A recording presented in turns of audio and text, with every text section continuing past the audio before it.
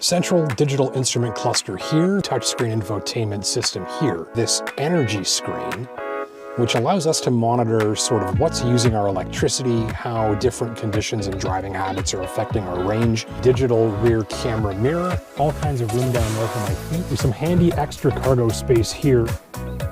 And of course, split folding rear seats if you need them.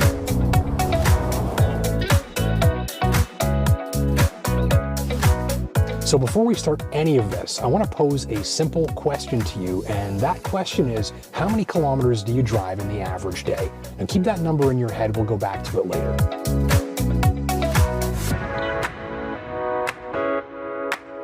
A Bolt EUV like my Tester makes a compelling choice for a first electric car or a second family runabout that never needs to go to the gas station. With its flexibility, pricing, and maybe especially featured content, it's intended in no small part to convince an increasing number of electric-curious shoppers to make the switch. The driving cost per mile is a big draw, especially in light of recent fuel costs. Assuming $1.60 per liter for a liter of gasoline, driving something like a Toyota Prius for 100 kilometers will cost you about $7.50. An average family crossover like the Nissan Rogue uses about $13 to cover that same distance. In a Ram 1500 Hemi 4x4, you're looking at about $22 per 100 kilometers. Based on off-peak charging at the rates in Sudbury, Ontario where I live, I can drive this Bolt EUV that same 100 kilometers for about $1.40. The cold affects how fast the Bolt EUV can charge and how far it can drive. Its 398-kilometer advertised range relates to driving in ideal conditions at room temperature, though around the freezing mark with very generous use of the heater and cabin pre-warming, I achieved a range of about 320 kilometers per charge instead. That's par for the course with other similar EVs I've tested in these conditions. Based on those experiences, I'd expect usable range of about 275 kilometers at 20 below, and about 250 kilometers on the very coldest days of the year, perhaps 35 below. So remember when I asked how many kilometers that you drive in a given day? Well, if that number was less than, say, 200, you'd be able to handle a day's driving without needing a charge even on the very coldest days of the year. If, like most Canadians, you drive less than 50 kilometers per day, that's coming up on a week's worth of driving in extreme cold with no need to plug in. The cold seems to have the least effect on charging times when you're using level 3. Still, the Bolt EUV's battery recharge rate is capped at 55 kilowatt hours during fast charging. That drastically limits the speed at which this battery can take up electricity. Most EVs target a fast charge that'll bring the battery from nearly empty to nearly full, about 80%, in 15 or 20 minutes. The Bolt EUV's fast charging cap of 55 kilowatt hours means that even the fastest chargers available will still need about an hour to bring the battery pack up to 80% from nearly empty. Adding 100 kilometers of range via fast charging takes as little as 8 to 10 minutes in some electric cars. On my Tester, it takes about 30. This all means the Bolt EUV may be less convenient than some shoppers will like when it comes to recharging during a road trip where you'll exceed the range of the battery, especially in colder weather where those road trip recharging stops will have to be more frequent. On pricing, it's $38,198 for the Bolt EV, with the larger EUV coming in from $40,198. In Canada, federal and provincial rebates apply, and depending on the province you live in, an additional incentive of between $3,000 and $7,000 may also be available. So let me show you a few of my favorite touches in here and a few of my not so favorite touches in here too. Let's start with the good news, and to me that's the displays and the graphics. Central digital instrument cluster here, that's one screen, and we've got the second touchscreen infotainment system here. We'll start with the instrument cluster. What I like about this, fairly simple, everything's logically laid out. Fairly high contrast display that makes it easier for you to get the information you want just with a quick glance. We can use these two controls here on the steering wheel, left and right, as well as up and down there, to manipulate what's being displayed on the screen. So in that setting, I can just scroll through the wheel here and change the displayed information, go into different menus and settings here. If I want to see my audio settings, navigation, phone, and so on, we would just do that right there.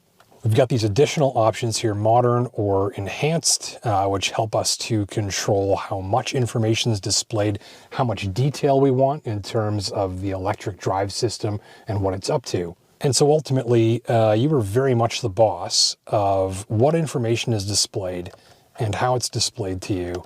And I really like that touch. down here to the central infotainment screen. So this is our factory interface here. We've just got a couple pages that we can quickly swipe left and right between different functions and settings there. One of my favorite settings here, this energy screen, which allows us to monitor sort of what's using our electricity, how different conditions and driving habits are affecting our range, our energy efficiency.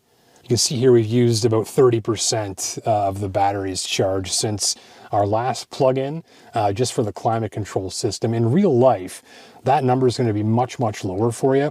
When I'm out shooting with camera guy James, we're in and out of the car all of the time, so I tend to just leave the heat blasting. That's why that number is so high. In real life, you're going to do much better than that. Also a big fan of the digital rear camera mirror. It is a little dirty at the moment, but we do have the ability to clean it. We just press forward on that.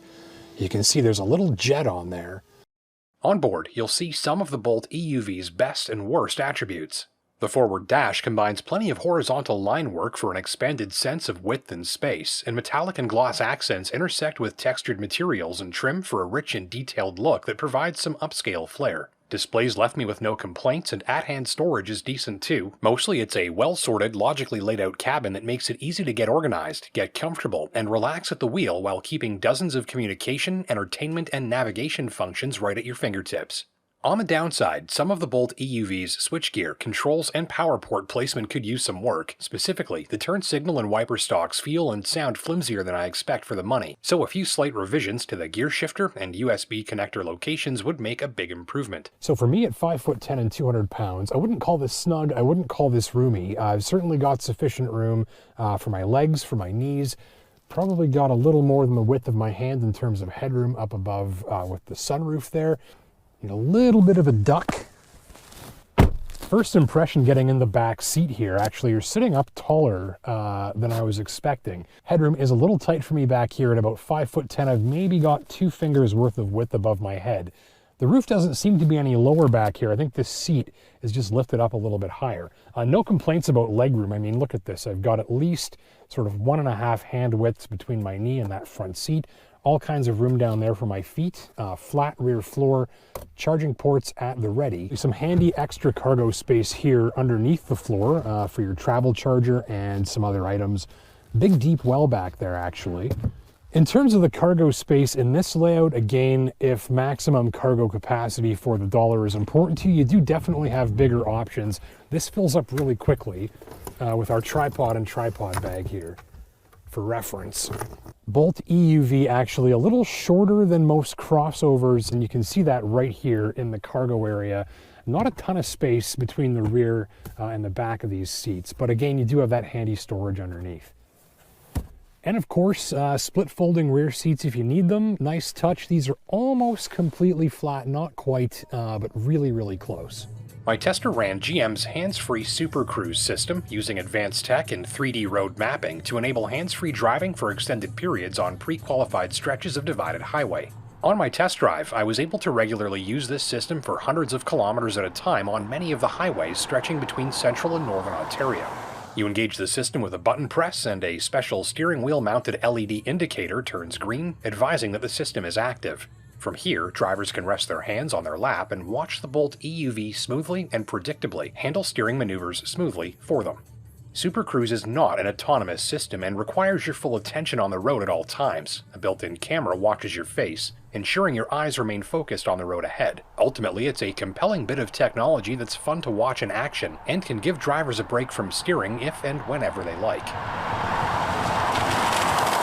So our tester is not wearing its winter boots. That's going to be a little bit of an issue today because we did get some snowfall last night. It's mid-November here in Sudbury, Ontario. That's pretty par for the course weather-wise. We're on factory all seasons here. You're definitely going to want to install winters. We're going to make do with this, but you will see a little bit of slipping and sliding in some of this footage too. The Bolt EUV's driving experience has many strengths and few weaknesses, and you'll see some of its best work in a few specific situations. I enjoyed my tester the most in 2 of these, around town doing errands, and while highway road tripping. In the city, the powertrain is expert at very smooth, totally noiseless power delivery that's eager and satisfying. Throttle response is impressive at low speeds, where the Bolt EUV quickly and quietly zips away from traffic lights and whizzes through slower traffic with just a light squeeze on the pedal. Compared to a similarly sized compact crossover, it's a much smoother, quieter, more refined, upscale, and responsive driving experience that's free of any vibration or shifting. Steering is light and quick, and combined with the relatively small footprint, easy maneuverability, and excellent parking camera system graphics, I found my tester a joy to use in tight spaces, parking lots, and for all of my around-town driving. It feels right at home on busy streets, parking lots, and other congested areas. I also enjoyed the highway drive. Noise levels are managed nicely around the speed limit, the ride is soft and gentle, steering is light and easygoing, and even the brake pedal feel is better than what I typically expect from an all-electric. Even while highway cruising, where the Bolt EUV is the least energy efficient, you're still able to go 100 kilometers on about $1.50 worth of off-peak hydro. So most shoppers can expect a drive that's relaxed, refined, responsive, and confidence-inspiring, whether they're parking, cruising the highway, or running around town day or night. Rough road surfaces characteristic of Northern Ontario's back roads can degrade noise levels and ride quality significantly, however. On a typical back road surface, I did leave my tester wishing for a slightly quieter, smoother ride at times. Suspension noise increases here, and the ride can become jarring and abrupt. If you'll commonly drive on smooth roads, you'll be having a good time. If that's not the case, just be sure to visit the roughest road surface possible on your test drive to confirm that the Bolt EUV's ride comfort and noise levels meet your requirements. On performance, the most impressive acceleration and response comes at lower speeds. During highway passing and merging, you won't feel the same urgency from the throttle that's apparent coming out of a traffic light. End of the day, if you're after a speedy electric car, one that can fast charge at a rapid pace, or one with all-wheel drive, you do have better options if front-wheel drive is good enough for you, if budget is a key priority, if you'll charge mostly at home, and if you're a light-footed driver. I think you'll find this machine a compelling and easy-to-drive runabout with very low driving and maintenance costs, and some excellent tech and execution that make for easygoing and laid-back electric driving. I'm Justin Pritchard for Driving.ca. Thank you for watching, and until next time, take care and drive safe. If you liked this video, we've got plenty more like it, so consider hitting the subscribe button down below so you never miss a new upload, leaving a like if you learned something new, and until next time, take care and drive safe.